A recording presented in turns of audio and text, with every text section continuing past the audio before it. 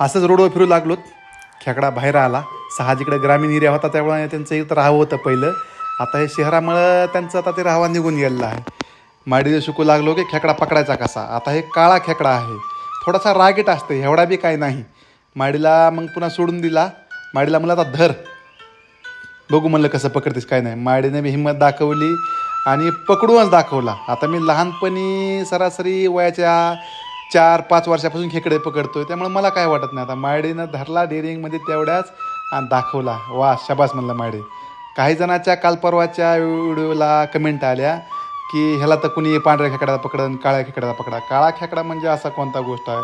मी साप पकडतो, माझ्या अंगावर 38 टाके आहेत, गोट्या खेळून 38 टाके पडलेले नाहीत. तेवढाच कुटाणखोर आहे. आरोपीचा पाठलाग करत असताना दुसऱ्या मधल्या उडी आणली. आरोपी चाकू बंदूक घेऊन उभा टाकते तरी छाती पुढे घेऊन चलतोय. ते हे बिचारा खेकडा एवढोसा पुन्हा सोडून दिला. त्याच्या मार्गाला गेला. आपण काय खेकडा वगैरे मित्र काय खात नाही. बरं वाटलं, एक काहीतरी वेगळं होतं, लेकरांना दाखवलं आणि पुन्हा निसर्गात सोडून दिलं. चला धन्यवाद. काय असलं नजर तर कळवत राहील.